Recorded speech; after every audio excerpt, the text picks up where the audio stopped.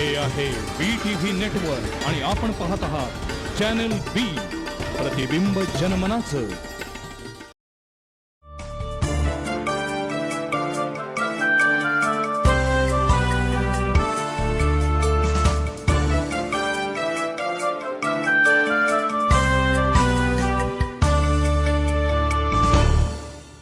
नमस्कार.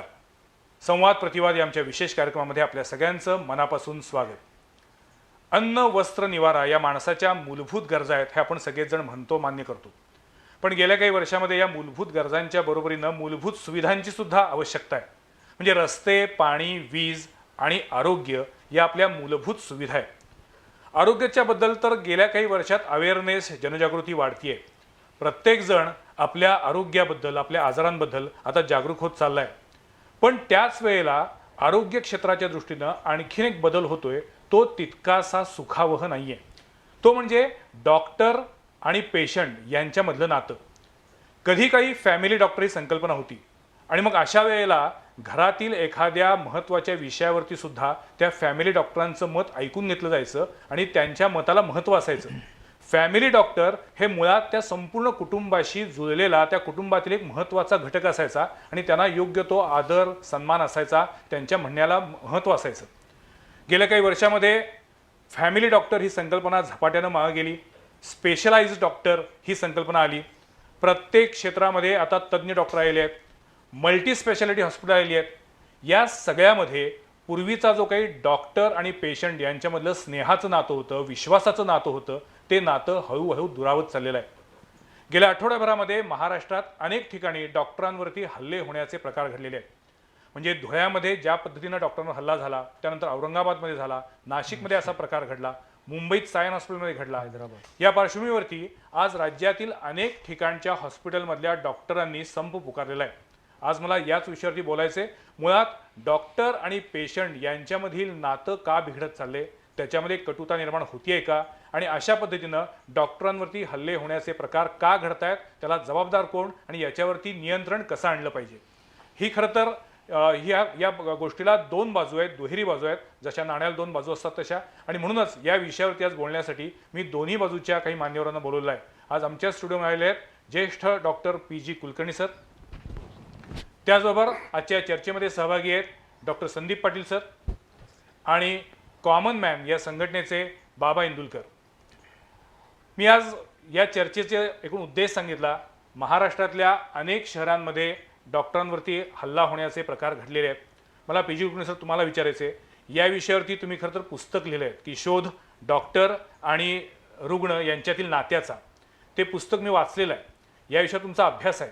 तुम्हाला काय वाटतं की गेल्या काही वर्षामध्ये डॉक्टर आणि पेशंट यांच्यामध्ये जी दरी वाढत चाललेली आहे, त्याच्या मागं मुख्य कारण कुठली? तर मला असं वाटतं की डॉक्टरांच्या वरती मारहाणी करणं हे तर चुकीचंच आहे. 100% त्याचं कोणी समर्थनच करू शकत नाही. तिथे पण ती वेळ का उद्भवते त्याच्याकडे आपण नंतर येणार आहोत.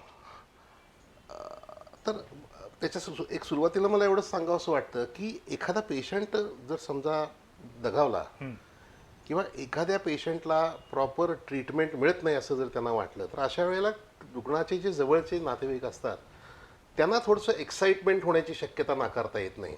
मानसिकरित्या ते थोडेसे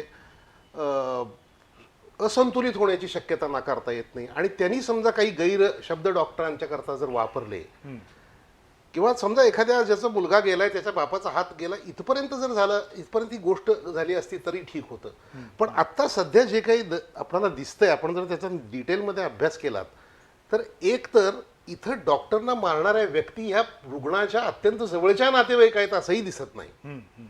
धुळ्यातला प्रकार कुठली संघटना असेल, कुठला तरी ग्रुप असेल, कुठल्या तरी पॉलिटिकल लीडरची ही माणसं असतील, असं म्हणजे कुठली तरी वेगळीच माणसं मध्ये या ह्याच्यामध्ये पडताना दिसत आहेत. हा एक महत्वाचा भाग आहे आणि हे अत्यंत दुर्दैवी आहे. कारण त्या ठिकाणी, आणि दुसरं, आम्ही डॉक्टरना, आम्ही विद्यार्थ्यांना शिकवताना सुद्धा डॉक्टरी करणाऱ्या आम्ही नेहमी हेच सांगतो की तू ज्यावेळेला एखादा असा प्रसंग निर्माण होतो त्यावेळेला तू डिफेन्सिव्हली जा, तू कधीही ऑफेन्सिव्हली जाऊ नयेस. असं आम्ही अगदी त्यांच्या शिक्षणापासून, वैद्यकीय शिक्षणापासून विद्यार्थ्यांना शिकवलं जातं की त्या लोकांची त्यावेळची मनस्थिती ही अत्यंत वाईट आहे आणि त्यांना तू सांभाळून घे. त्याच्या एखाद्याच्या आईचं मूल जातं किंवा वडिलांचं मूल जातं हे तू लक्षात घे आणि त्याप्रमाणे तू डिफेन्सिव्हली राहून बोल असं शिकवलेलंही असतंच. पण या सगळ्या गोष्टींमधून मला असं म्हणायचं आहे की ज्या वेळेला ही मारहाणीची प्रकरणं घडतात याचा अर्थ त्या डॉक्टरच्या व्यक्तिमत्वालाही समजून घेतलं जात नाही. बरोबर. त्याच्या जो शास्त्राचा तो अभ्यास करतोय, डॉक्टर हा तुम्हाला जीव परत आणून देणारा माणूस नाही आहे. बरोबर. तर डॉक्टर हा तुमचा जीव टिकवण्याकरता प्रयत्न करणारा माणूस आहे. मुळात म्हणजे डॉक्टर हा एक माणूस आहे माणूस आहे. आणि त्याच्याही शास्त्राला काही मर्यादा आहे ते समजून घेतलं पाहिजे. समजून घेतल्या पाहिजे. डॉक्टर संदीप पाटील, मी तुम्हाला विचारतो, सरांनी आता सांगितलं त्यानुसार की राज्यामध्ये अशा पद्धतीच्या डॉक्टरांवरती हल्ला होण्याच्या, मारहाण होण्याच्या घटनांमध्ये वाढ होतीये. त्याची कारणं काय ते आपण नंतर जाऊया. पण मुळात फॅमिली डॉक्टर ही संकल्पना नष्ट होण्याचं कारण काय? का हे डॉक्टरांनीच ठरवून केलं? आपापल्या स्पेशलाइज्ड आपापल्या जात बांधवांना, वैद्यकीय बांधवांना त्यांचे व्यवहार अधिक खुलेपणानं करता यावेत म्हणून फॅमिली डॉक्टर ही कन्सेप्टच रद्द करून टाकली का? नाही, तसा काही विषय नाही. तुम्ही मगाशी जो पॉईंट सांगितला की फॅमिली डॉक्टर हा एक घरातलं कुटुंबातलीच व्यक्ती असायची आणि सर्व निर्णयामध्ये डॉक्टरचा निर्णय हा अंतिम मानला जायचा. आणि कुठलाही आजार झाला, काय जरी झालं तरी एकतर बेसिकली त्याला त्या कुटुंबाची माहिती असायची, सायकोलॉजी आणि आरोग्याची आर्थिक, वैचारिक सगळीच माहिती असायची आणि या दृष्टिकोनातून चांगले उपचार व्हायचे. आता नवनवीन तंत्रज्ञान जसं येऊ पाहतंय तसं नवीन मशिनरी झाल्या, नवीन तंत्रज्ञान आलं, शिक्षण आणखीन प्रगत झालं, त्यामुळे स्पेशलायझेशन आलं, त्यानंतर सुपर स्पेशलायझेशन आलं आणि त्यानंतर हळूहळू वाटा रिकाम्या होत गेल्या, म्हणजे वेगवेगळे रस्ते निर्माण होत गेले. आणि मग काही वेळेला रुग्णांच्यामुळं, काही वेळेला डॉक्टरांच्यामुळं ही फॅमिली डॉक्टर ही जी संकल्पना आहे ती अजून एक 10% शिल्लक आहे, परंतु त्याची टक्केवारी बऱ्याच प्रमाणात कमी झाली.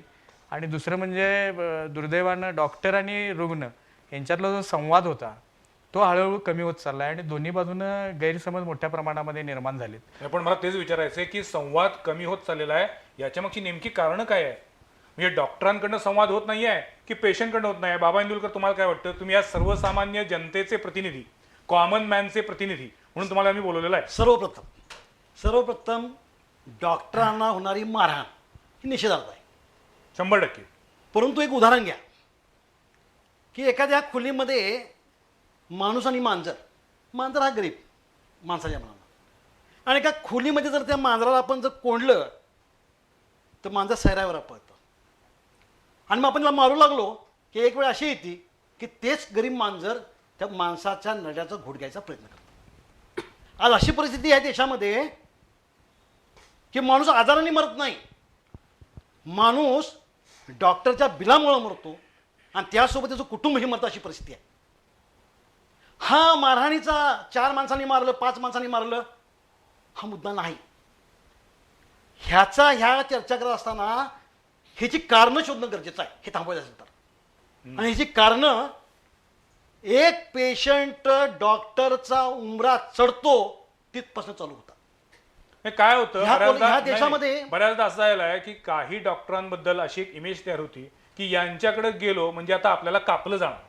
डॉक्टरांच्या बद्दल जशी इमेज आहे तशीच पेशंट बद्दल पण आहे की हा पेशंट आला की आता हा आपले पैसे बुडवणार, अशा पद्धतीची भावना डॉक्टरांच्या मनात पण येते. हा दोन्हीकडनं जो काही विश्वास तुटला गेलेला आहे हे सगळ्यात महत्वाचं कारण आहे. नाही, विषय असा आहे की या जगामध्ये अनेक व्यवसाय आहेत, अनेक व्यवसाय नुकसानीत गेले. ह्या जगामध्ये एकही उदाहरण असं नाही की जर डॉक्टरचा व्यवसाय नुकसानीत गेला. ह्या जगाच्या पाठीवर एक डॉक्टर व्यवसायाकडून बसला आणि तो भिकेला लागला, अशी परिस्थिती कुठेच काही झाली नाही. तुम्ही सहमत आहात का यांच्या या म्हणण्याशी? मुळात हे तरी आपल्याला मान्य केलंच पाहिजे की डॉक्टरी व्यवसाय याच्यामध्ये सेवाभाव पण आहे. तो व्यवसाय आहे पण तो सेवाभाव आहे, तो सेवाभाव राहिला नाही. आणि त्यामुळे डॉक्टरांकडे बघण्याचा, पेशंटचा दृष्टिकोन हा आता थोडासा बदललेला आहे आणि त्यातनं त्या विश्वासाला तडा गेलाय. नवीन टेक्नॉलॉजी जी आली ना, काळाप्रमाणे नवीन टेक्नॉलॉजी येणं गरजेचं होतं. रोगाचं निदान करण्यासाठी नवीन डायग्नोस्टिकची सुविधा उपलब्ध झाल्या, नवीन मशिनरी उपलब्ध झाली, त्याचा गैरफायदा डॉक्टर घेऊ लागले. सर्वसामान्य म्हणून एक कुठलाही माणूस साध्या तापानं केलं डॉक्टरकडे गेला तर त्याला कमीत कमी 4 ते 5 तुम्हाला त्या टेस्ट घ्यायला लागतात. टेस्ट घेणं हे अत्यंत गरजेचं आहे, परंतु त्या टेस्टसाठी ज्या टेस्ट गरजेच्या नाहीत त्या टेस्ट पेशंटच्या घरी मारल्या जातात. आणि जो पेशंट कुठल्या डॉक्टरकडे रेफर होतो त्याला कट प्रॅक्टिसमध्ये पैसे दिले जातात. ही गोष्ट वाईट आहे आणि ही गोष्ट आता जनतेला नवीन युगामध्ये कळू लागली. म्हणून हे सगळं होत आहे. हे होते ते चुकीचं आहे. परंतु हे थांबवायचं असेल तर मारहाण करणाऱ्यापेक्षा जे मार खात आहेत ना त्यांनी आत्मचिंतन करणं पर्यंत गरजेचं आहे. अतिशय महत्त्वाचा आणि एक वेगळा मुद्दा मांडलाय की जो आता खरोखर वेळ आलेली आहे त्यावर विचार करण्याची. तुम्ही दोघेही ज्येष्ठ डॉक्टर आहात. मला सांगा, तुम्ही इतके वर्ष प्रॅक्टिस करताय पेजी सर, पण तुम्हाला आज तुमच्या पेशंटबद्दल असलेला जो काही विश्वास आहे किंवा पेशंटला तुमच्याबद्दल असलेला जो विश्वास आहे तो नवीन जमान्यामध्ये नव्या डॉक्टरांबद्दल राहिलेला नाही आहे. त्याचं दुसरं एक कारण सांगितलं जातं, मी याच्याबद्दल जे काही वाचलं त्यानुसार, की काळाच्या ओघामध्ये अनेक नवीन नवीन संशोधनं आली. आता मेडिकल उपचार खर्चिक झालेले आहेत कारण डॉक्टरांना पण तेवढी गुंतवणूक करावी लागते. अत्याधुनिक यंत्रसामुग्री जर घ्यायची असेल तर लाखो करोड रुपये गुंतवावे लागतात. मग ते काही कोणी पदरमोड करून गुंतवणार नाहीत, ते पैसे तुम्ही पेशंटकडनंच घेणार, यात काही दुमत नाही. पण ते पैसे योग्य आणि अनाठही नाही आहेत, हा विश्वास द्यायला डॉक्टर कमी पडतायत का? मला याबाबत म्हणजे इंदुलकर साहेबांनी जे सांगितलं आणि त्यांचा जो त्या बोलण्यातला जो अभिनवेश होता, यावरून मला एकच गोष्ट दिसती आहे की पेशंटच्या मनामध्ये असलेले जे काही गैरसमज आहेत, गैरसमज मी म्हणतच नाही, गैरसमज आहेत, त्याच्यावरती डॉक्टरनी पेशंट बरोबर चिंतन करण्याची गरज आहे असं मला वाटतं. आपल्या रुग्णाबरोबर चिंतन करण्याची गरज आहे. कुठलीही गोष्ट आपण करत असताना की ही गोष्ट मी का करतोय, ह्या टेस्ट मी का करतोय, ह्याचं कारण काय, ही जी टेस्ट आहे ना, ही जर नाही केली तर याचा काय परिणाम होऊ शकतो, हे पेशंटला एक तर समजावून सांगायला पाहिजे. माझ्या पुस्तकामध्ये मी जवळजवळ वर्षभर लोकमतमध्ये मी लिहित होतो. त्या काळामध्ये या सगळ्याचा अभ्यास करून हा जो शोध डॉक्टर आणि रुग्ण नात्यांचा, मला वाटतं इंदुलकर साहेबांनी जर ते पुस्तक वाचलं तर ह्यातल्या बऱ्याचशा शंका ऑटोमॅटिक, कारण अभ्यास करून वर्षभर मी ते लिहित होतो. नाही, पण तुमच्या त्या अभ्यासातनं काय निष्कर्ष निघाले? नाही, निष्कर्ष म्हणजे मला असं म्हणायचं की किंवा निरीक्षण म्हणून हे जे आहे आज एक हे स्वतः रुग्णाचा एक प्रतिनिधी म्हणून त्यांच्या बोलताना त्यांच्यामध्ये जो असणारा अभिनयाची खदखद आहे, नाही, ते प्रातिनिधिक आहे. हा, ती खदखद आहे, exactly. खदखद आहे. बरोबर. तर याचा अर्थ असा आहे की डॉक्टरनी विश्वासात पूर्ण आपल्या रुग्णाला घेतल्याशिवायच या गोष्टी करू नयेत. पूर्णपणे रुग्णाला विश्वासात घ्यायला पण हवं ते आणि मग केलं करायला जात नाहीये म्हणून तरी परिस्थिती उद्भवते डॉक्टर आहे. साहेब ऐका, डॉक्टर साहेब ऐका, कालच्या इंडियन एक्सप्रेसमध्ये या स्टेंट संदर्भामध्ये मोठं फुल पेज आर्टिकल आलंय. बरोबर. हो. अरे वर्षानुवर्ष 12,000चा स्टेंट तुम्ही लोकांनी आम्हाला 1,00,000 रुपयाला विकला आणि तुम्ही म्हणता विश्वास ठेवा डॉक्टरवर. तुमच्याकडे आहेच उत्तर. 12,000चा स्टेंट तुम्ही 1,00,000 रुपये आमच्या घरी घातला, निव्वळ माझी अडचण बघून. किंवा त्यातलं अज्ञान नाही, बघून. नाही, हा, अज्ञान. कुठल्याही पेशंटला, एखाद्या सिरियस पेशंटला तुम्ही हॉस्पिटल घेऊन गेला तर डॉक्टरने संवाद साधला पाहिजे, ह्याशी आम्ही 100% सहमत आहोत. डॉक्टर पेशंटच्या रुग्णांना पैपणाला भेटत नाहीत, 48 तास ऑब्झर्वेशन ठेवायला पाहिजे. You are creating an atmosphere to extort money from us. तुम्ही भीती दाखवून पेशंटकडून पैसे उकळता असं आमचं मत आहे. मी सर्व डॉक्टरांचं म्हणत नाही. ओव्हरऑल ह्या काही कुचक्या आंब्यामुळं ओव्हरऑल ह्या मेडिकल प्रोफेशन बदनाम झाले. सगळे डॉक्टर असे नाहीत. डॉक्टर हा देवच आहे असं आम्ही म्हणतो. अरे पण देव आहे म्हणून तुम्ही मला मारू शकत नाही ना. नाही, पण सुरुवातीलाच ते म्हणले की डॉक्टर जीवदान देऊ शकत नाही किंवा जीवदान देऊ शकतील पण त्याचा गेलेला प्राण परत आणू प्राण शकत परत नाही. आणू शकत हे त्यांनी मगाशी सांगितलंय. पण हा जो काही जी खतखत आहे ना, किंवा हा जो काही एक संताप आहे, हा एक प्राथमिक स्वरूपात आहे. पण आज जर तुम्ही 10 पैकी 9 पेशंटला विचारलं तर त्या सगळ्यांच्या मनामध्ये अशाच प्रकारच्या भावना आहेत. संदीप पाटील सर, तुम्ही होमिओपॅथीची प्रॅक्टिस करता. होमिओपॅथीमध्ये तुम्ही पहिल्यांदा त्या पेशंटची पूर्ण हिस्ट्री घेता, मग त्याच्या स्वभावापासून त्याच्या आहार विहारपर्यंत सगळं घेता. या प्रश्नाकडे बघताना तुम्ही या प्रश्नाची हिस्ट्री समजावून जर घेतलीत तर बाबा इंदुलकर जे म्हणतायत त्याच्यात तथ्य आहे तुम्हाला नक्कीच कळेल. नाही, तथ्य आहे, पण ते काही टक्केवारीत तथ्य आहे. त्यांनी कबूल केलंच ना, कारण का ते की सर्वांसाठी लागू नाहीच आहे. ते लागू 100% नाही. नाही. कोणत्याही व्यवसायामध्ये अपप्रवृत्ती असतात. हाताची पाचीपोटं सारखी असत नाही. पण जेव्हा एखादी अपप्रवृत्ती त्याच्यावरती मात करायला लागते परिस्थितीवरती, तेव्हा ती सार्वत्रिक व्हायला लागते. आज डॉक्टर आणि पेशंट यांच्यामध्ये जे काही विसंवाद निर्माण होतोय, हा विसंवाद तोडायचा कसा किंवा संवादाचा ब्रिज बांधायचा कसा? नाही नाही, सेवा हा भाव राहिलेला नाही. नाही नाही, या सगळ्या हॉस्पिटलमध्ये मी तुम्हाला उदाहरण देतो ना. डॉक्टर की profession, when you take an admit for MBBS, you are taught to serve the patient. तुम्ही पेशंटला सेवा देण्यासाठी बसलात. दवाखान्यामध्ये स्वतःच्या मेडिकलची शॉप करण्यासाठी तुम्ही बसलेला नाही. नाही, बरोबर आहे. पण ॲट द सेम टाइम बाबा इंदुलकर, मला असं विचारायचं आहे, मी त्यांची बाजू घेत नाही, पण मला सांगा की जेव्हा एखादा डॉक्टर काही करोड रुपयांची इन्व्हेस्टमेंट करतो त्यावेळी त्यानं ती पदरमोड करून तुमची सेवा करावी अशी तुमची भावना असते. त्याच्यासाठी त्यांनी जे काही कर्ज काढलेले आहेत, बँकेचे हप्ते भरतायत, त्यांना पण व्याज आहे, तेव्हा त्यांच्या त्या इन्व्हेस्टमेंटला त्यांना काही परतफेड करण्यासाठी मगाशी माझा युक्तिवाद चालू असताना मी सुरुवात असं म्हटली की नवीन तंत्रज्ञान, नवीन डायग्नोस्टिक इन्स्ट्रुमेंटची काळाची गरज आहे. मग ती गरज गरज आहे. ते पुरवतायत, बरोबर आहे ना? त्याच्याबद्दलची कृतज्ञता राहिली कुठं? जर डॉक्टरांवरती विश्वास न ठेवता, आता मगाशी जसं म्हटले की डॉक्टरांच्या जवळच्या नातेवाईकांनी त्याच्याबद्दल संवाद न साधताच कुणीतरी अननोन लोक येतात आणि ती जर डॉक्टरांची धक्काबुक्की करून त्यांच्या जर कॉलरला हात घालत असतील ते कितपत योग्य आहे? मारहाण निषेधार्थ आहे, परंतु पण आपण त्याच्यावरती मग तुमचं मत काय सांगा ना? परंतु मारहाणचा निषेधार्थ आहे, परंतु- तर मग अशा केसेसमध्ये आता सध्या ज्या पद्धतीनं डॉक्टरांच्या संघटनांनी संप पुकारलेला आहे तो योग्य आहे का? मग नाही, मुळातच विषय असा आहे की डॉक्टरांनी संपच पुकारणं मुळात गैर आहे असं मी मग म्हणत नाही. त्यांच्यावरती असं होणारे- मी म्हणत नाही. असं मी कायदा म्हणत म्हणतो. नाही. असा ह्या देशातील प्रचलित कायदा म्हणतो. पण मग डॉक्टरांवरील अन्यायाबद्दल काय? डॉक्टरमध्ये अन्याय का होतो त्याच्यामध्ये ना, let's go to root cause. एकदा बसून कधी यावर चर्चा झाली पाहिजे ना. मी ना आता काही प्रश्न विचारले, त्याची उत्तर द्यावीत. 11,000चा स्टेंट गेले 15 वर्ष तुम्ही आम्हाला ₹1,00,000 विकता, हे जेव्हा जनतेला कळेल तेव्हा काय होऊ शकतं? नाही, पण त्याच्यामध्ये जेव्हा कायदा निर्माण झाला त्यावेळी हे लोकांना कळालं. पण पूर्वी त्या स्टेंटची किंमत किती होती, तो आयात करून त्याच्यावरती किती रुपये द्यावे लागत होते, अहो, हा आता- सगळा मुद्दा आपण नंतर नाही, घेऊ. नाही. पण मी आज असं म्हणतोय की आपण केवळ डॉक्टरांना आरोपीच्या पिंजऱ्यामध्ये उभं करून हा प्रश्न सुटणार नाहीये. नक्कीच नाही. ज्या पद्धतीनं डॉक्टरांच्या काही समस्या आहेत त्या पद्धतीनं पेशंटच्या पण काही समस्या असतात. टाळी ही नेहमी दोन्ही हाताने हाताने वाजणार वाजते. आहे. मग मी तुम्हाला तेच म्हणतोय की ज्या पद्धतीनं पेशंट या डॉक्टरांचे पैसे बुडवायचेच अशा भावनेनं जर जात असेल, किंवा डॉक्टरांनी जर एखादी ट्रीटमेंट करायला सांगितली, एखादी टेस्ट करायला सांगितली, तर त्याच्यामध्ये त्यांचा काहीतरी कट प्रॅक्टिस आहे असा पूर्वग्रह जर घेऊन जात असेल तर त्याला डॉक्टरनी काय करायचं? हे बघा, ह्या देशामध्ये अनेक कायदे आहेत. तुम्ही जो सांगितला जो प्रकार पैसे बुडवणं वगैरे, ह्याच्यावर पायबंद घालण्यासाठी कायदा आहे.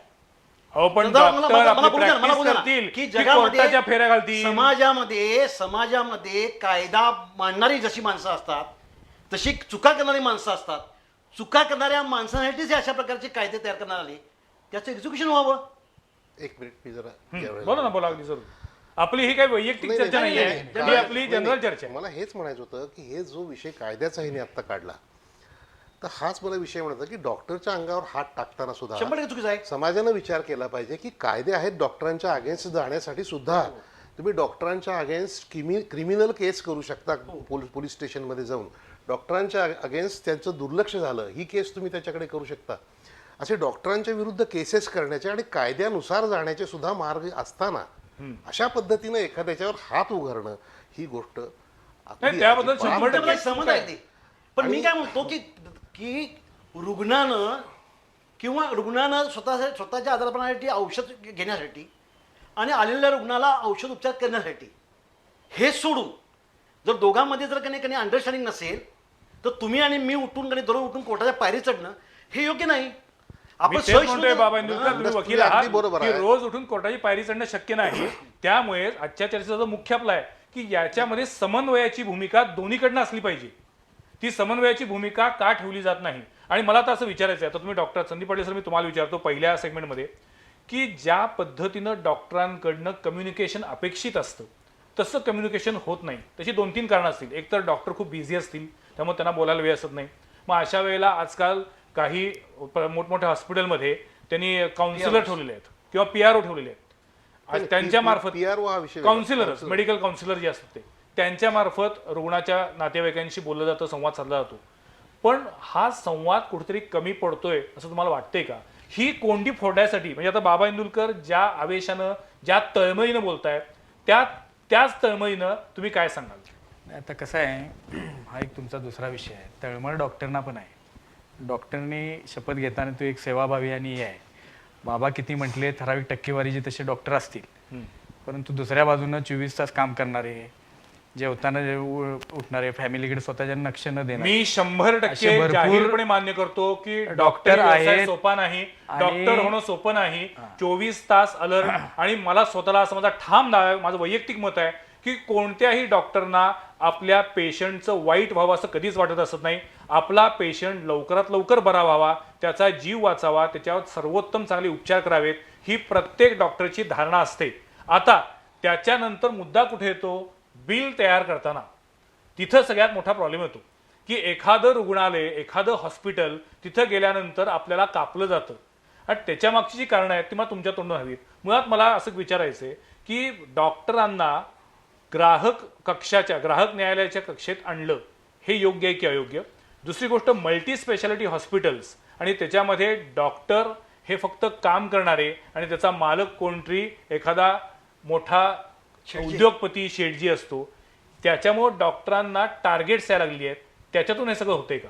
आपण अगदी स्पष्ट मोकळेपणानं बोलूया. हे काय कुणाच्या बद्दलचं वैयक्तिक मत नाहीये, पण या प्रोफेशनमध्ये नेमकं काय चुकतंय, कुठं चुकतंय समजून घेऊ ना आपण. एक मगाच्या मुद्द्यावर जाऊया, कारण ती लिंकच अशी आपण पुढे आणली आहे की इंदुलकरांनी जे सांगितलं की डॉक्टरना वेळ नाही, या मुद्द्याला मात्र मी बगल देतो, कारण हे मला पटत नाही.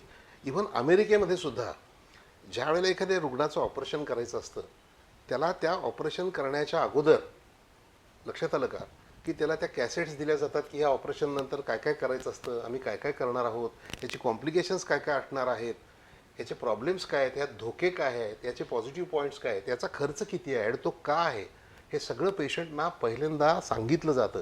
आणि माझं ठाम मत असं आहे की जो मुख्य डॉक्टर यातला असेल त्यानं पेशंटच्या नातेवाईकांचं पूर्णपणे सांत्वन, पूर्णपणे त्याची एज्युकेशन त्याला दिल्यानंतर हे असं आहे मगच त्याचं ऑपरेशन करावं. आणि असंच आमचं इथिकल कोड, मेडिकल कोड सुद्धा सांगतं की डॉक्टर साहेब त्याच्या भाषेमध्ये त्याला समजावून सांगा सगळं. आपण काय सांगतं दोघांना माझा एक प्रश्न आहे. मगाशी फॅमिली डॉक्टरची संकल्पनेचा विचार झाला, तर आठवा तरी की फॅमिली डॉक्टरची संकल्पना जेव्हा या शहरापुरता विचार आपण जेव्हा जोरात जोमात होती तेव्हा फॅमिली डॉक्टरच्या अंगावर हात कुणी उद्गारला का, असं झालंय? नाही, म्हणून सुरुवातीला म्हणत ना की तो विश्वासच संपलाय. आजच्या आपल्या एपिसोडचा उद्देशच तो आहे की याच्यामध्ये हे प्रॉब्लेम्स कसे क्रिएट होत आहेत. म्हणजे बाबा इंदुलकर तुम्ही जे म्हटलं तेच मी सुरुवातीला म्हटलं होतं की फॅमिली डॉक्टरबद्दल असला विश्वास, मान सन्मान, आदर ही भावना गेलेली आहे आणि अनेक स्पेशालिटी डॉक्टर आले आहेत. त्याच्यामागची नेमकी कारणं काय आहेत ह्याच्यावरती आपण उहापोह करूया. थोडीशी ही चर्चा तणावाकडे निघाली असे वाटतंय, म्हणून एक छोटासा ब्रेक घेतो आणि पुन्हा एकदा ही चर्चा कंटिन्यू करूया.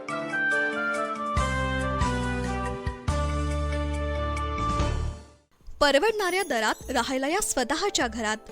तुमचं गृहस्वप्न साकारण्यासाठी पूजा बिल्डर्स अँड डेव्हलपर्स निर्मित पूजा प्रिया पार्क. कोल्हापूर शहरालगत उजगाव इथं घाडगे पाटील इंडस्ट्री समोर साकारलेल्या पूजा प्रिया पार्कमध्ये आहेत 1 रूम किचन, 1 आणि 2 BHK रेडी पोझिशन फ्लॅट्स. किंमत कमी पण बांधकाम आणि सर्वोत्तम सोयी सुविधांची हमी. अमेनिटीजमध्ये तडजोड नाही की फ्लॅट कधी मिळणार याची चिंता नाही. आजच पूजाप्रिया पार्कला भेट द्या. मनाजोगं हक्काचं घर निवडून राहायला या. संपर्क Poojapriya developers private limited. Phone 0231 232 8299, mobile 94 220 43 745.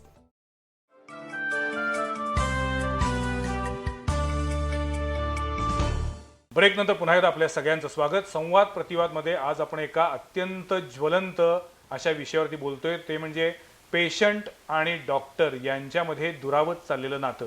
गेल्या काही वर्षांमध्ये ज्या पद्धतीनं फॅमिली डॉक्टर संकल्पना मागे पडली आणि गेल्या काही आठवड्यांमध्ये ज्या पद्धतीनं संपूर्ण राज्यात, देशभरामध्ये डॉक्टरांना मारहाणीच्या घटना घडत आहेत, ज्या अत्यंत निंदनीय आहेत, निषेधार्थ आहेत, हे आपण सगळेजण कबूल करतो. पण तरीसुद्धा पेशंट आणि डॉक्टर यांच्यामध्ये विश्वासाचं नातं का निर्माण होऊ शकत नाही किंवा रादर ते का तुटलेलं आहे याचा आपण शोध घ्यायचा प्रयत्न करतोय.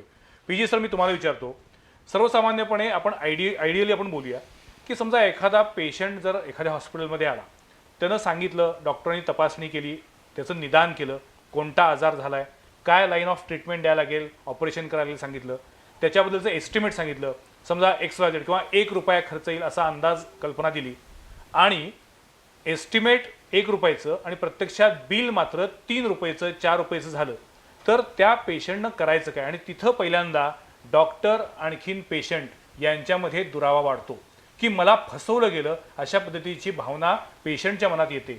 याच्याबद्दल काय सांगाल? पहिली गोष्ट म्हणजे असं आहे की कुठलंही ऑपरेशन ज्यावेळेला आपण करत असतो त्यावेळेला ते ऑपरेशन करत असताना जर समजा रुग्णाला काही कॉम्प्लिकेशन झालं, जर त्या कॉम्प्लिकेशनचा काही विकार त्याचा वाढत गेला, त्यातून त्या विकारावरती पण ट्रीटमेंट देणं, शेवटी जीव वाचवायचा आहे ना, जे काय वाटेल ते करून जीव वाचवायचा आहे. आणखीन काही नवीन तज्ज्ञांना बोलवावं लागलं, त्यांच्या मताप्रमाणे औषधोपचारामध्ये बदल करावा लागला, अशा घटना घडत जाऊ शकतात. ते 100 मधल्या 100 केसेसमध्ये नाही, पण 100 मधल्या 1%, 2% केसेसमध्ये, 3% केसेसमध्ये अशा पद्धतीनं तो हे वाढू शकतो. फक्त गोष्ट एवढीच आहे की तो वाढत असताना त्या रुग्णाच्या नातेवाईकांना पूर्णपणे कल्पना या गोष्टी विश्वासात घेतलं पाहिजे. विश्वासात घ्यायला पाहिजे. पण मग तिथेच आपण कमी पडतोय का? इथे संदीप पाटील सर, तुम्हाला काय वाटतं? मला या वाटतं सगळ्या तिथे कमी परिस्थितीचं, पडतोय. मला वाटतं तिथे कमी पडतोय. बेसिकली असा ते 1 रुपयाचं 3 रुपये जे तुम्ही सांगितलेलं आहे अशी शक्यता फार कमी वेळेला येते युजली. नाही, नाहीतर पण मी 1 मिनिट थांबवतो तुम्हाला. आतापर्यंत जर आपण सगळ्या घटना बघितल्या तर 2 कारणांमुळे पेशंट आणि डॉक्टर यांच्यामध्ये नातं जे असतं ते बिघडतं. एक म्हणजे वेळेवरती उपचार मिळाले नाही, दुसरं कारण असतं चुकीची ट्रीटमेंट केली, आणि तिसरं असतं पैसा. की पैसे म्हणजे बिल. म्हणजे एक तर पेशंटला आणलं पण डॉक्टर जागेवर नव्हते, डॉक्टरांनी व्यवस्थित तपासलं नाही, बघितलं नाही, हे एक कारण असतं. दुसरं असतं की आजार होता प्रत्यक्षात वेगळा, ट्रीटमेंट केली तिसऱ्याच प्रकारची, त्यामुळं पेशंट दगावला किंवा त्याचा आजार वाढला, आणि तिसरं भरमसाठ बिल केलं. या 3 मुद्द्यावरतीच हे संपूर्ण प्रकरण चाललेलं आहे. याच्यापेक्षा वेगळा कुठला आहे का अजून कारण? पण विषय असा आहे की मी म्हटलं की दोन्ही हाताने टाळी वाजते, की जेव्हा रुग्ण एखाद्या दवाखान्याचा पायरी चढतो त्यावेळेला त्या रुग्णाला आणि त्या रुग्णाच्या नातेवाईकांना त्या डॉक्टरवर विश्वास असतो म्हणून तुम्ही त्या उमरात तुम्ही चढता. पण शेवटी डॉक्टर हाही माणूसच आहे, आणि मग डॉक्टर म्हटल्याप्रमाणे नवीन जीव देऊ शकत नाही पण जीव वाचवू शकतो. त्यामुळे त्या पेशंटनं आणि त्या रुग्णानं काही वेळ डॉक्टरला देणं गरजेचं आहे. डॉक्टरला त्या रुग्णाला किंवा त्या रुग्णाच्या नातेवाईकांना मेडिकलमधनं काहीही ज्ञान नसतं, अज्ञानी ओके, असतात. कळत नाही. खरं आहे. आणि मग भावनेच्या आरे जाऊन दंगा करणं हे अत्यंत चुकीचं आहे. हे तुम्ही नागरिकांचे प्रतिनिधी म्हणून मान्य करताय 100%, करणंच भाग आहे. आणि ते पुन्हा आपल्या कायद्याच्या चौकटीनुसार आवश्यक आहे. परंतु मग इथं मगाही चर्चा केल्याप्रमाणे जिथं कन्व्हर्सेशनचा अभाव आहे, की ठीक आहे, नाही बाबा हा पेशंट सिरियस आहे, चान्सेस कमी आहेत किंवा नाही आहेत, किंवा त्याचा खर्च एवढा होऊ शकेल, ह्या गोष्टी पारदर्शकपणे रुग्णाला समोर येणं गरजेचं आहे. नाही बाबा, मी तुम्हाला मुद्दाम थांबवतो, कारण मी याबद्दलच्या काही केसेस बघितलेल्या आहेत. एखादा पेशंट आणल्यानंतर डॉक्टरांनी जर सांगितलं की हा पेशंट सिरियस आहे आणि त्याला इतका खर्च येणार आहे, तर त्यावेळेला उलट त्याची निगेटिव्ह रिॲक्शन येते की आत्ता आमचा पेशंट चांगला होता आणि तुमच्याकडे आणल्यावर तुम्ही कसं काय सांगता तो सिरियस आहे म्हणून. बघा मगाशी पुन्हा एकदा हा सगळा मुद्दा इतका संवेदनशील आणि नाजूक असतो की त्या क्षणी काय होईल सांगता येत नाही. मला बोलायचं आहे या विषयावर की इंदुलकरांना मला एक गोष्ट सांगायची आहे की तुम्ही ज्या डॉक्टरांच्या बद्दल खतखत व्यक्त करत आहात ते असतील तसे काही डॉक्टर्स प्रत्येक व्यवसायामध्ये एकूणच म्हणजे लॉस ऑफ मॉरल व्हॅल्यूज ज्या आहेत त्या सगळ्याच व्यवसायामधल्या सगळ्या समाजामधल्या कमी होत जशा चालल्यात तशा त्या वैद्यकीय व्यवसायामधल्या सुद्धा कमी होत चालल्यात. त्यामुळे काही डॉक्टर्स नक्की वाईट असतील, त्यांच्याबद्दल ही तुमची जी खदखद आहे ती पण आम्हाला मान्य आहे. डॉक्टर चुकीचं आहे.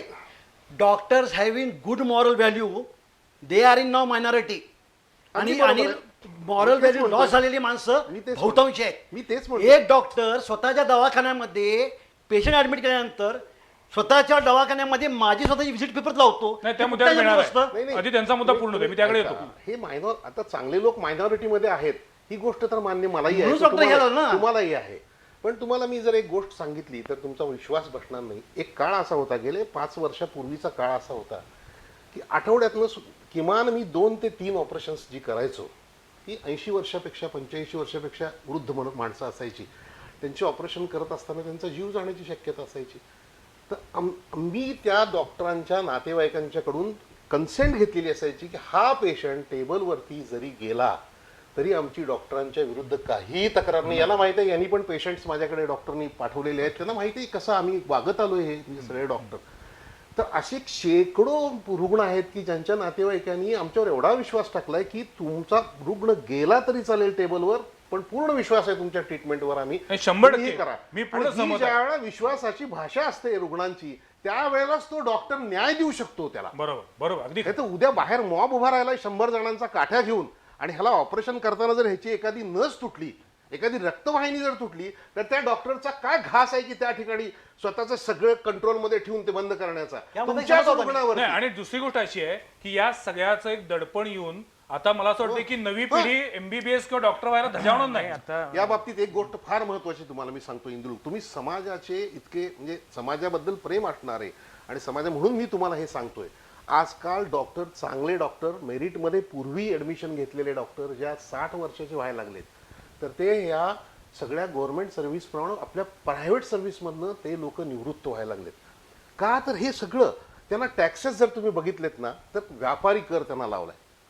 म्हणजे व्यापारी ह्याच्याप्रमाणे संपूर्ण 4-4, 5-5 पट त्यांना टॅक्सेस आहेत, सगळे टॅक्सेस तसे. कायदे सगळे त्यांना, आता परवाचा नर्सिंग होम ऍक्टचा कायदा जर तुम्ही बघितला तर कायदा असा काढला त्यांनी, छोटी नर्सिंग होम हजारो होती आतापर्यंत, ते फॅमिली डॉक्टर सारखेच वागत होते ते लोक सुद्धा, म्हणजे ते तज्ञ असून सुद्धा. पण त्यांना काय केलं ह्यांनी, 1,00,000 स्क्वेअर फूटचा टँक बांधायला पाहिजे. अरे ते भाड्यानं घेऊन राहिलेले त्यांच्या त्या काळातल्या कायद्याप्रमाणे काही 2,000 स्क्वेअर फूट घेऊन तिथे कसा बांधणार आता टँक तो पाण्याचा. असे म्हणजे कायदे, म्हणजे असे कायदे. म्हणजे तुमचं असं म्हणणं आहे की चुकीचे कायदे थोपवल्यामुळे सुद्धा नर्सिंग- डॉक्टरांना कारण नसताना व्यावसायिकता वाढवायला ताण लागते. ताण वाढतोय, ताण आता वाढतोय. एक बोलतो मगापासून आता बिलाचा आणि याचा विषय चाललाय. एखाद्या बाबा मला उत्तर द्या, एखाद्या डॉक्टरला हॉस्पिटल काढायचं, एक तर त्याला शिक्षणाचा खर्च आहे, तो सगळीकडेच वाढलाय. म्हणजे कुठल्याही इंजिनियर असू दे, डॉक्टर असू दे, त्याला हॉस्पिटल काढायचं झालं, उद्या राजारामपुरीत एखादं हॉस्पिटल बांधायचं झालं, जागेची किंमत मला सांगा. का डॉक्टरला म्हणून तिथं जागा स्वस्त आहे, त्याला काय सिमेंट स्वस्त मिळणार आहे, त्याला काय इंजिनियर, आर्किटेक्ट, बाकी सगळ्या गोष्टी लागणार. आता सगळ्या लोकांना सुविधा पाहिजे, AC पाहिजे, हे पाहिजे, याचा सगळ्याचा रनिंग कॉस्ट आली. चांगलं मशीन जे तुम्ही म्हणाला आहे, उद्या एखादं चांगलं MRIचं मशीन घालायचं झालं, 9-9.5 कोटी रुपये त्याला टॉपचं जर मॉडेल घ्यायचं झालं तर घालायला पाहिजेत. त्याचं लाईट बिल 3.5-4 लाख रुपये महिन्याला येते. त्याला जर चांगला तज्ञ डॉक्टर ठेवायचा असला 2.5-3 लाख रुपये, त्याला रेडिएशनचा चांगला डॉक्टर जर रेडिओलॉजिस्ट पाहिजे असेल तर तो अपॉइंट करायला पाहिजे. अशा पद्धतीनं त्या डॉक्टरचा सुद्धा रनिंग खर्च मोठ्या प्रमाणात आहे. आरोग्य विमे सगळ्यांचे केलेले नाही आहेत. 5 स्टार हॉटेलला जाताय तुम्ही, 7 स्टार हॉटेलला जाताय, मर्सिडीज का बरं 10 लाख रुपयात तुम्ही मागत नाही? ज्या वेळेला त्या डॉक्टरचा सेटअप असतो, त्या पद्धतीनं त्याची सिस्टीम असते, त्या पद्धतीनं त्याला खर्च आहेत ना, त्याची जबाबदारी सरकार घेणार आहे का? बरं, तुम्ही आता मगापासून सांगितले की थोडी टक्केवारी म्हणताय, परंतु आता परिस्थिती अशी निर्माण झाली आहे की तुमच्या वैयक्तिक जीवनातले तुम्ही कोल्हापुरातले डॉक्टरांचे अनुभव सांगा, 100% मी उत्तर देईन की चांगलेच असायला पाहिजेत.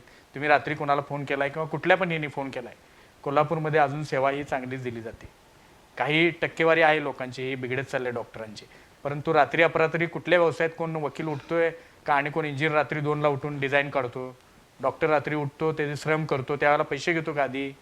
बऱ्याच वेळेला लोक बुडवून जातात. परवा नोटाबंदीमध्ये बऱ्याच दवाखान्यात फुकट ट्रीटमेंट दिली, काही लोकांनी सीझर फुकट केले खाजगीमध्ये, ह्याचं कुठं वर आलं नाही. कितीतरी रुग्ण आम्ही बरे केलेत, आमच्याकडे पण त्यांची पत्र आहेत, त्याच्याबद्दल कधी काय जास्त चर्चा केली जात नाही. असे कितीतरी मुद्दे आहेत. आणि आता डॉक्टर आता एका भीतीच्या दडपणाखाली आहेत. ते असं करायचं आणि जीवावर काय कुठेतरी रात्री भोकसलं डॉक्टर एकटा असतोय, कशाला हे प्रोफेशन करा, दुसरं करूया, इमर्जन्सी पेशंट बघायला नको, नाही आता अशी अवस्था झाली आहे. आणि दुसरा असा आहे की डॉक्टरांच्यातलं पण व्हायलन्स वाढत चाललाय ना. आता सांगायचं झालं, डॉक्टर म्हणून मी मगापासून आपलं एका पट्टीत बोलायला लागलोय, डॉक्टर बाकी आमच्या खासगीत बोलतात, बांगड्या भरल्यात का डॉक्टर लोकांनी, बंद ठेवूया, बघूया रुग्ण कुठे जातोय. पण ही दिशा बरोबर नाही आहे. डॉक्टरांनी संप केला तर कुठल्या तरी दवाखान्यात जायला पण लागणार. ऍक्शन रिॲक्शन होणार आहे शेवटी. पण आता आणि विषय असा नाही आहे- बाबा एक थांबा, थांबा. मिनिट यांचा बोलू या संदर्भात माझा मुद्दा जो नाही मला जरा पूर्ण करू द्या. तर असे बाबा अननेसेसरी ह्यातनं हे होत जातात. आपल्या सुदैवानं कोल्हापूरच्या ह्याच्यात हा काय प्रश्न नाही आहे. कुठं आता गेले आम्ही 20-22 वर्ष प्रॅक्टिस करतोय, तुम्ही आहे आम्ही आहे, असे कुठं हे झाले नाही. आणि मी अगदी जबाबदारी सांगतो की कोल्हापुरामधील डॉक्टरांनी खऱ्या अर्थानं अजूनही सेवाभाव जपलेला आहे. कितीतरी पेशंटना बिल त्यांची देण्याची क्षमता नाहीये समजून घेतल्यानंतर त्यांना मोफत उपचार केले आहेत. अनेक डॉक्टर, अनेक हॉस्पिटल्स आहेत की जी अनेक सामाजिक कार्यात हिरीनं पुढे असतात.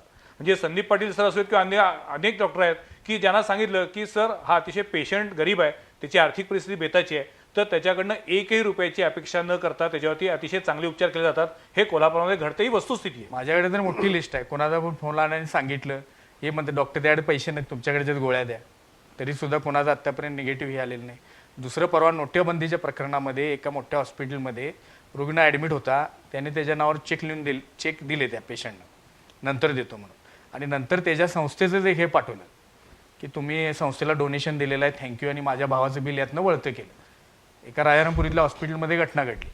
पोलिसांच्याकडे गेल्यानंतर पण नेमका कुठला दाखल करायचा हे करायचा, डॉक्टर तो आता फेऱ्या मारून दमलाय तिथं. असे कितीतरी प्रसंग, काही बुडवे पेशंट सुद्धा मोठ्या प्रमाणात नक्कीच त्या माध्यमातून रात्री दंगा करायला लागली तर मग लोक म्हणतात की काय हे रुग्ण बघायला नको, रात्री उठायला नको, इमर्जन्सी नको. डॉक्टरांच्यात पण अशी प्रतिमा भावना वाढत एक चालली. रुग्णांच्या बद्दल वाढत चाललेली आहे आणि ती दुर्दैवी आहे. बोला पीजी सर आधी बोलतील मग उत्तर मी देऊ आपण. एकच पीजी फक्त सर मला मगाचा जो मुद्दा तुम्ही सांगत होता तो की एकूण डॉक्टरांच्या वरती या सर्वच गोष्टींचा कर असेल, हे असेल, ह्या घटना घडतायत हा प्रकार असेल, पैशाचा त्याच्यावरचं लोड असेल, त्याची कर्ज असतील, त्यांनी केलेल्या शिक्षणामध्ये गेलेला पैसा असेल काय, हा सगळ्यामुळं त्याची जी मनस्थिती सध्या जी झालेली आहे यातून असं दिसायला लागलेलं आहे की माझा परवाच एक मित्र 60 वर्ष फक्त त्याला पूर्ण झाली तर त्यानं ती रिटायरमेंट घेतली मेडिकल पॅटर्न. मी म्हणला डॉक्टर म्हणून आता प्रॅक्टिस करणार नाही. डॉक्टरी व्यवसायातून रिटायरमेंट घेतली म्हणजे तो कन्सल्टंट अतिशय हुशार.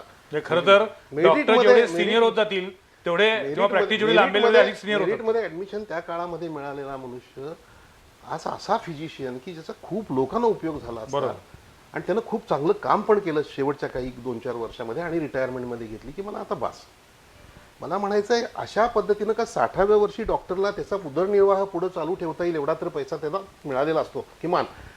असं जर भारतातल्या डॉक्टरनी या सगळ्या त्रासामुळे ठरवलं आणि असे भारतातले साधारण 5 ते 10 हजार सिनियर डॉक्टर्स मग सर्जन्स आणि फिजिशियन्स असतील हे जर आपला व्यवसाय करायचं बंद करायला लागले तर समाजाच्या दृष्टीनं फार मोठा वैद्यकीय हे आहे, डॉक्टरजींना तोटा आहे. जरासं इंटरप्ट करतो की 60 पर्यंत त्यांनी सेवा दिली आहे, परंतु आज जो नवीन आहे की बाबा 12वी झाली त्याची 12वी सायन्स झाल्यानंतर डॉक्टर व्हायचं, मग स्पेशालिटी, सुपर स्पेशालिटी, मग हॉस्पिटल, मग रोजचे दंगे, तर या लाईनला न जाता बुडवाबुडवी रुग्णांची मोठ्या प्रमाणामध्ये बिलं बुडवणारी पण लोकांची संख्या वाढलेली आहे. ह्या लाईनला जावा कशाला? आता झालेली रिटायरवर ठीक आहेत, नवीन जर तयार झाली नाही तर ही सेवा कशी जाणार? पॉप्युलेशन वाढत चालले, वाढती बसनादिनता वाढत चालल्या. आजच आम्ही ट्रॅफिकचा मोठा कार्यक्रम घेतला. IGG होते, आपले नांगरे साहेब होते, कलेक्टर होते, डॉक्टर प्रभूंचं व्याख्यान ठेवलं होतं. हे हेल्मेट न वापरल्यामुळं, सीट बेल्ट न वापरल्यामुळं किती मोठ्या प्रमाणात ॲक्सिडेंट्स, मृत्यू हे वाढत चाललेत. त्याच्याकडे आपण तेवढं आपल्या लोकांचं लक्ष नाही आहे. हृदयविकार आहे, या व्यसनाधीनतेमुळे ॲक्सिडेंट्स असतील, कॅन्सरसारखे विकार आहेत, सॉफ्ट ड्रिंक, पिझ्झा, या लाईफस्टाईलमुळे एवढे आजार वाढलेत, त्यामुळे हॉस्पिटल वाढलेत, पॉप्युलेशन वाढत चाललंय. त्यामुळे वैद्यकीय सेवा अतिशय चांगल्या माध्यमातून देण्याचा प्रयत्न डॉक्टरांचा आहे. आणि असे चांगली जर वैद्यकीय सुविधा सेवा मिळाली पाहिजे, परंतु त्याच वेळेला पेशंट आणि डॉक्टर यांच्यामधलं नातं सुद्धा पारदर्शी आणि विश्वासार्ह पाहिजे. माझा वेळ संपत चाललाय, मी बाबा इंदुलकर तुमच्याकडे येतो. या सगळ्यात आपल्याला कन्क्लुजन काढायचे. एकीकडे डॉक्टरांवरती होणारे हल्ले निषेधार्ह आहेत हे आपण सगळेच जण मान्य करतो. दुसरीकडे पेशंट सुद्धा काही वेळा पूर्ण माहिती न घेता अतिशय उथळपणे रिॲक्ट होतात, ही वस्तुस्थिती आहे. आणि तिसरीकडं डॉक्टरांकडून पेशंटना हवा तसं कम्युनिकेशन, हवा तसा संवाद साधला जात नाही, हे आपण मान्य करतोय. बाबा इंदुलकर तुम्ही थोडक्यात सांगा, या परिस्थितीची कारण आपल्याला समजलेली आहेत, आता याच्यावरती सोल्युशन काय असू शकेल? नाही कारण समाजाची कारण आम्ही सांगितली, डॉक्टरांची त्यांनी सांगितली नाही मारहाण झाली, समाजाचा प्रतिनिधी म्हटलं की अत्यंत चुकीचं आहे. आता डॉक्टरांच्या चर्चेमध्ये असं आलं की नाव they want to create a picture की डॉक्टर फॅकल्टी एकदम चांगली आहे, समाज अतिशय वाईट आहे. असं अजिबात नाहीये. आणि असं असतं सगळं. असं नाहीये, त्याचं म्हणणं पण नाहीये. असं अजिबात म्हणणं असं अजिबात नाहीये. लक्षात ठेवा, रुग्ण आहे म्हणून डॉक्टर आहेत. जेव्हा एखादा समाज, मेजॉरिटी ऑफ द समाज एका व्यवसायाच्या विरुद्ध उठून उभा राहतो तेव्हा इंट्रोस्पेक्शनची गरज आहे. कोण चूक कोण नंतर ठरवू, पण let's go to the root cause. जनता म्हणून आम्ही रूट कॉजकडे जायला तयार आहोत. चला बसूया, आपण चर्चा करू याच्यावर. ही चर्चा उत्स्फूर्तपणे झाली पाहिजे आणि जनता असेल किंवा डॉक्टर असेल चुकीला चूक स्वीकारायची दोन्हीकडे अगदी बरोबर आहे. संवाद नाही, पण आता आपला हा एक प्रयत्नच आहे की याच्यामध्ये हे रिलेशन जे आहे डॉक्टर आणि पेशंटचं हे अधिक स्मूथ असावं, ट्रान्सपरंट असावं, हाच आपला प्रयत्न आहे. आता याच्यामध्ये तुम्ही जसं म्हटलात की डॉक्टरांच्या मध्ये सुद्धा 2 प्रकार आहेत. मला तर वाटते 2 प्रकार नाही आहेत. त्याच्यामध्ये काही जण व्यावसायिकतेला प्राधान्य देतात, त्याच्यामुळे आपल्याला वाटतं की नाही त्यांचं बिल जास्त आहे. पण मगाशी म्हटलं तसं की एखादं भलं मोठं हॉस्पिटल उभं करायचं, अत्याधुनिक सुविधा द्यायच्या, तर त्याच्यासाठी लागणारी जी काही इन्व्हेस्टमेंट कॉस्ट आहे त्याच्याबद्दल आपण कोणी विचारच करत नाही. सामान्य माणूस म्हणून मगाशी जे प्रश्न उपस्थित केले तर आपल्याकडे उत्तर नाही आहेत की डॉक्टरांचं हॉस्पिटल बांधायचंय म्हणून त्यांना सरकार वेगळा काही भूखंड देत नाही, त्यांना सिमेंट कंपन्या कमी दरात सिमेंट देत नाही, त्यांची जी काही कॉस्ट आहे ती त्यांना आहेच, शिक्षणावरती आहे, टॅक्सेस आहेत. आता पुन्हा दुसरीकडे काय आहे की मगाशी जे म्हणले असं की एक तरी डॉक्टर दाखवा की जो डॉक्टर त्यानं आर्थिकदृष्ट्या प्रगती केली नाही. करावी, आनंद आहे, 100% करावी, पण ॲट द सेम टाइम लोकांची अपेक्षा आहे की लोकांच्या मानगुटीवर पाय देऊन त्यांना पैसे कमवू नयेत, एवढीच माफक अपेक्षा जनतेच्या मनामध्ये असते. हाच आपला मुद्दा नाही आहे, पण एक पॉईंट सांगतो की डॉक्टर हा सगळ्यात शेवटला त्याचा सगळ्यात कमीत कमी इन्कम कोणाचा असेल, 5 टॉपचे व्यावसायिक घेतले, 5 भारतातले 5 वकील घ्या, 5 इंजिनियर घ्या, 5 डॉक्टर घ्या, 5 बिल्डर घ्या आणि 5 कोणतरी फिल्म इंडस्ट्रीमधले घ्या, 100% डॉक्टरचा नंबर शेवटला लागतो. बरेचसे बिल्डर त्याच्या साईटवर काही वेळेला जात नाहीत, बिल्डरांबद्दल मला काय बोलायचं नाही, पण त्या व्यवसायातली व्यक्ती तिथं जात नाही, काही वेळेला त्या वकिलाचा असिस्टंट जात असतो, पण बऱ्याच वेळेला मेजर ठिकाणी डॉक्टरला हे हजर राहावंच लागतं. डॉक्टर गेलेला नाही आणि त्याला कोणी पैसे दिलेत, 10 रुपये दिलेत असं होऊ शकत नाही. हा मुद्दा डॉक्टरला 100% मान्य. प्रत्यक्ष यावंच लागतं. 24 तास हा डॉक्टर सेवा देत असतो. रुग्णाला एखाद्या हेड इंजुरी झाली, रात्री त्याचं 2ला ऑपरेशन करावं लागतं. हार्ट अटॅक आला, रात्री त्याला 2ला त्याचं बघावं लागतं आणि पैसे दिलेले नाहीत आणि त्याला रात्री ऍडमिटच करून घेतलेलं नाही. निदान कोल्हापूर जिल्ह्यात तरी या गोष्टी नाही आहेत आणि आपल्याला हा संवाद साधूनच पुढे जायचा आहे, कारण डॉक्टरचं शेवटी रुग्णाचं जे नातं आहे ते वेगळ्या स्वरूपाचं आहे आणि त्याचं फील वेगळं आहे. त्यामुळे पैसा या गोष्टी कुठं येऊ नयेत, ह्याच्यामध्ये हे स्मूथली जावं आणि समाजाचं आरोग्य चांगलं राहावं, हा डॉक्टरांचा पण उद्देश आहे आणि रुग्णांचा तो सुद्धा उद्देश तोच आहे. तर दोघांनी जर थोडासा समन्वय साधला ना, देव आहे, देवानं देवासारखं राहावं, काय अडचण नाही.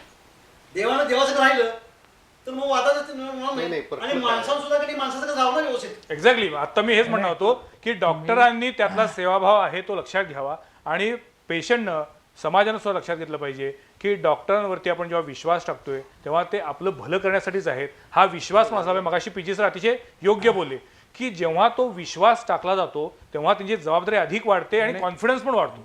त्यामुळे उपचार करताना सुद्धा ऑटोमॅटिकली एक फ्री वातावरणामध्ये त्याच्यावरती चांगले आणि उत्तम उपचार होऊ शकतात. विश्वास ठेवण्याशिवाय कुठलंही निर्मिती नाही, एवढं लक्षात ठेवा. अगदी पेशंटचा जेवढा विश्वास आहे ना तेवढेच त्याला आम्ही बघतोय सगळे रिझल्ट चांगले येतात आणि डॉक्टरनं सेवाभाव जपणं हे सुद्धा तेवढंच गरजेचं आणि मला असं वाटतं हा एक विज्ञानवादी पण विचार आहे की तुम्ही जर डॉक्टरांवरती विश्वास ठेवून जर ती औषधं घेतली तर त्या औषधांचा गुण येतो.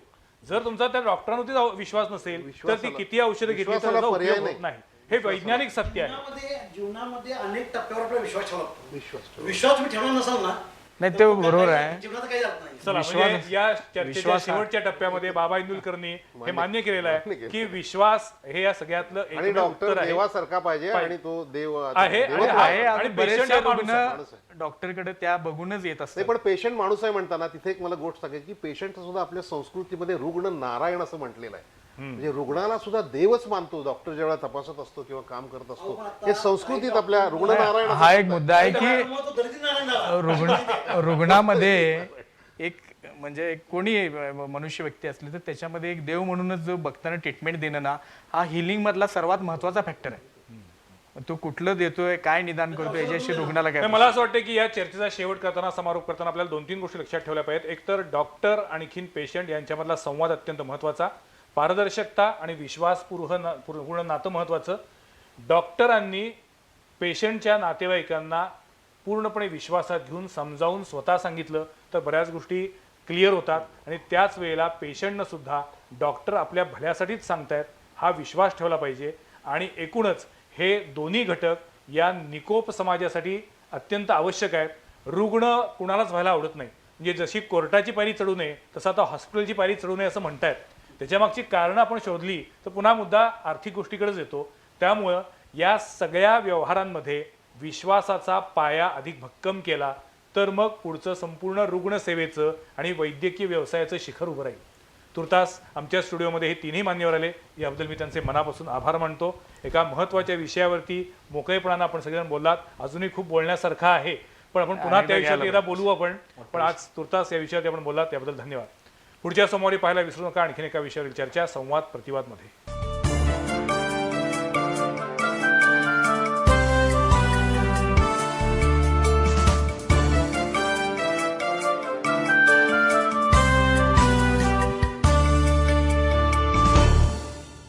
हे आहे BTV नेटवर्क आणि आपण पाहत आहात चॅनल B, प्रतिबिंब जनमनाचं.